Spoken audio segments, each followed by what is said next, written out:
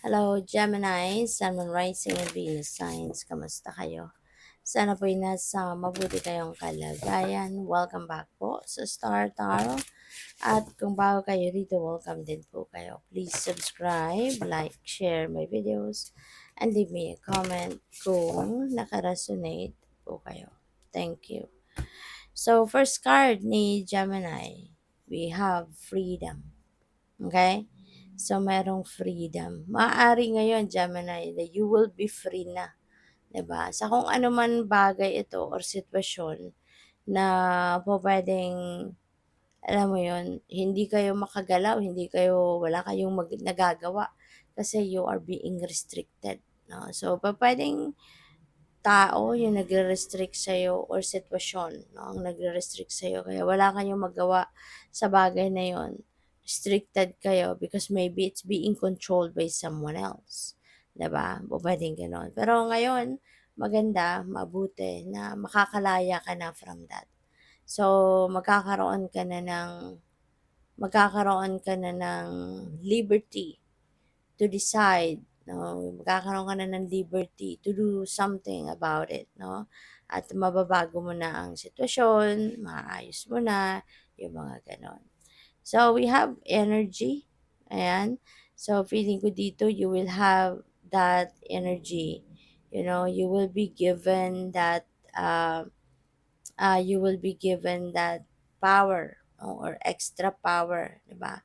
Para magawa mo talaga kung ano ngayon yung gusto mong gawin, 'di ba? May isa katuparan mo kung ano man yung gusto mong kung ano yung gusto mong ma-manifest sa buhay mo. So you have that opportunity sa ngayon to create, you know, something beautiful in your life. So we have chaos. Maybe this is an internal conflict, baka inner conflict ito. Baka nalilito kayo, maaaring merong nagbabother sa isip ninyo, merong gumugulo sa isip ninyo. So maaari na you're confused, no, yung isip ninyo, yung damdamin ninyo, maaring alam mo yun, nasa puntong naguguluhan ka, 'di ba? Maaring maraming hindi kayo pagkakaintindihan, 'no? May mga issues siguro na hindi ninyo napagkakaintindihan with another person, puwedeng gano'n ang ganap. Or baka meron kayong decision making, 'no, na kailangang gawin and hindi ninyo 'to mapagdesisyonan kasi naguguluhan yung isip mo at ang damdamin mo. So, what else? We have expansion. Wow. So, this is good. Magiging maswerte ka sa ngayon. Papunta ka na, no? In terms of money, this is maganda, this is swerte kasi papunta ka na sa pag-alagwa sa buhay. Papunta ka na sa pag-alagwa, papunta ka na sa papunta ka na sa tawag dito, sa pag-asenso, papunta ka na sa progress sa buhay mo, yung gano'n. Okay? So, tingnan natin kung ano pa ang ganap. So, maraming salamat, no, for subscribing. And if you haven't subscribed yet, subscribe na kayo. And also, maraming salamat din for not skipping the ads. Malaking bagay po yun sa akin. And also, please click the join button sa baba ng video kung gusto po ninyo na mag-join kayo sa membership. Okay? So, we have White Witch, Be the Light. Ayan. So, Gemini, maaari na ang iba sa inyo rito is going to serve as a beacon for others. Maaring ang iba sa inyo rito will be the one na magbibigay din ng liwanag, no? Magsisilbing ilaw sa buhay ng ibang tao na maaring meron din mga darkness na pinagdadaanan. Okay? Possible din, Gemini, na ang iba sa inyo rito is going to be uh, the guiding light, no, ng iba. Alright? So, maybe you will be the guiding light. Maaari din ang iba sa inyo kayo yung nilalapitan when they need advice, when they need someone to talk to. Maaring ikaw ang nilalapitan ng mga taong ito. So, we have guardian angel, you are not alone. Hindi ka nag-iisa. Alright? So, alalahanin mo na hindi ka nag-iisa at all. Sa spirit realm lang, 'di ba? Na fall force sila lagi para tulungan ka, para to be with you. Nandiyan diyan si God, nandiyan diyan yung mga guardian angels mo na constantly nandiyan diyan sa tabi mo, kasama mo. Nandiyan diyan yung iyong spirit guides, 'di ba? Your spirit guides will be there for you, yung ancestors mo, 'di ba? Yung mga ah, meron kayong mga loved ones 'no, na nag-pass on na on the other side. Lagi silang nandiyan kaya huwag kang mag-alala, you are not alone, okay?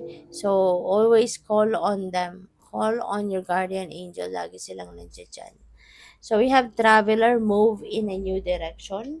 Maaari na ang iba sa inyo rito is going to travel, 'no. Pupuwedeng yung travel na 'to, pupuwedeng you will be traveling the world or maybe you will be traveling the country, depende sa inyong sitwasyon. Depende din 'no, sa kung ano yung rason kung bakit kayo magta-travel.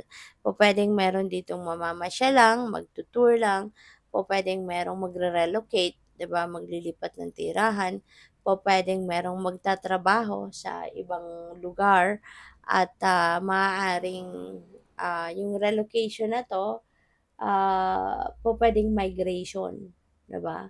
So, baka magma-migrate na ang iba sa inyo rito sa ibang bansa. So, puwedeng gano'n ang ganap. Kaya merong merong pagbabiyaheng magaganap, 'no? So, what else? We have hunter, track down your fears and desires. Ayan. So, tignan mo, parang may kailangan pag-a-assess ng buhay mo, ng sarili mo sa ngayon.